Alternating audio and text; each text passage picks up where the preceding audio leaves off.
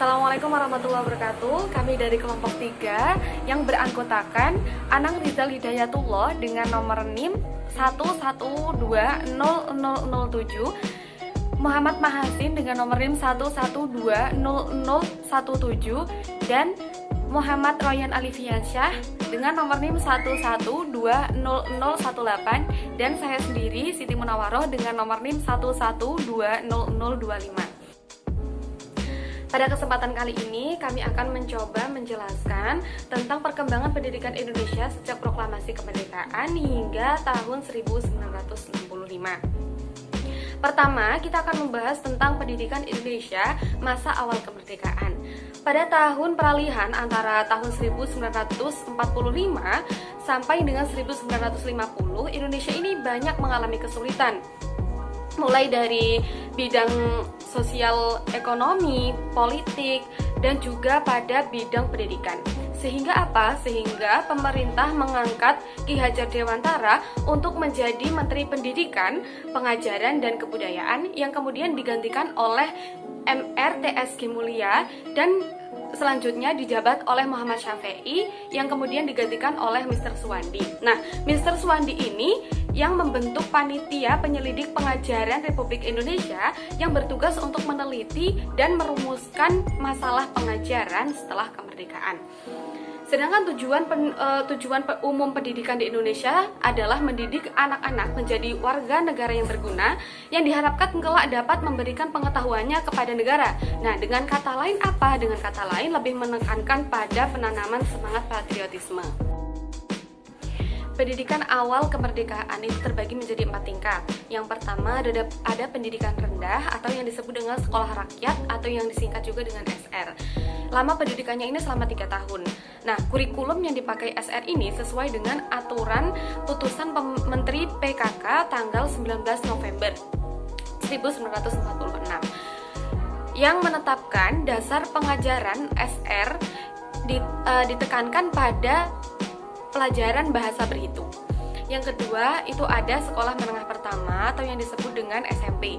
Nah, SMP ini bahan pengajaran dan kurikulumnya itu sama dengan pada masa sekolah pendidikan zaman Jepang.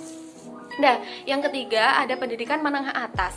Pendidikan menengah atas atau yang disebut dengan SMT ini merupakan pendidikan 3 tahun setelah SMP. Nah, secara garis besar bahan pengajarannya itu yang pertama isinya memenuhi kebutuhan nasional, yang kedua bahasa pengantarnya adalah bahasa Indonesia, yang ketiga mutunya setingkat dengan SMT menjelang kemerdekaan. Nah, yang keempat itu ada pendidikan tinggi. Pendidikan tinggi ini pada akhir tahun 1949 tercatat sejumlah 24.000 buah sekolah rendah di seluruh Indonesia. Untuk pendidikan tinggi sudah ada sekolah tinggi dan akademi di beberapa kota seperti Jakarta, Klaten, Solo, dan Yogyakarta. Selain itu, ada pula Universitas Gadjah Mada. Selanjutnya, kita akan membahas tentang pendidikan Indonesia pada masa demokrasi liberal. Tujuan dan dasar pendidikan termuat dalam Undang-Undang Nomor 4 Tahun 1950 yang berlaku bagi seluruh Indonesia. Karena terjadi kesenggangan yang berkisar pada pendidikan agama, termasuknya khususnya juga agama Islam, maka setelah 4 tahun itu baru diundang-undangkan. Itu Undang-Undang Nomor 12 Tahun 1945. Undang-Undang 1945 ini berlaku hingga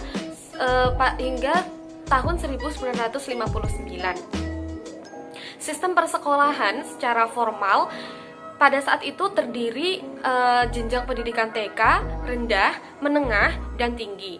Usaha penyesuaian yang dilakukannya adalah yang pertama, bahasa Indonesia menjadi bahasa pengantar untuk semua sekolah rakyat negeri. Yang kedua, penyelenggaraan pendidikan dimulai dengan persiapan kewajiban belajar dengan menyusun rencana 10 tahun kewajiban belajar. Nah, yang ketiga, penyerahan urusan sekolah rendah ke pemerintah provinsi.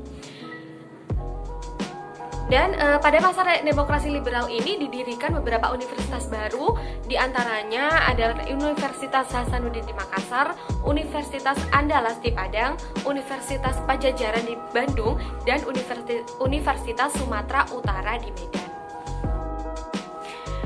Nah, untuk yang terakhir kita akan membahas pendidikan Indonesia. Perubahan-perubahan terjadi pada masa 1965. Perubahan-perubahan yang terjadi apa saja sih? Yang pertama, itu ada panitia, dibentuknya panitia membantu pemeliharaan sekolah dan perkumpulan orang tua, murid-murid, dan guru-guru yang disebut juga dengan POMG. Yang kedua, ada pendidikan masyarakat. Yang ketiga, ada perguruan tinggi. Nah, kurikulum-kurikulum yang dipakai pada pendidikan pada masa ini, itu yang pertama ada sekolah rakyat diubah menjadi sekolah dasar atau SD. Yang kedua, kurikulum SD 1964 terdiri dari 5 kelompok bidang studi atau yang disebut dengan Wardana. Apa saja? Yaitu ada perkembangan moral, perkembangan kecerdasan, perkembangan emosional, perkembangan keprigelan, dan perkembangan jasmani. Yang ketiga, kurikulum SMP 1962 disebut juga dengan kurikulum SMP Gaya Baru. Itu terdiri dari penghapusan jurusan, penambahan jam kerida, dan pelaksanaan PP. Yang keempat, itu kurikulum SMA selama demokrasi terpimpin 2 kali berubah kurikulum, yaitu tahun 1961 dan tahun 1964. SMA terdiri dari bagian A, bagian B, dan juga bagian C. Demikian yang dapat kami sampaikan. Terima kasih atas perhatiannya dan mohon maaf bila ada salah-salah kata. Sekian.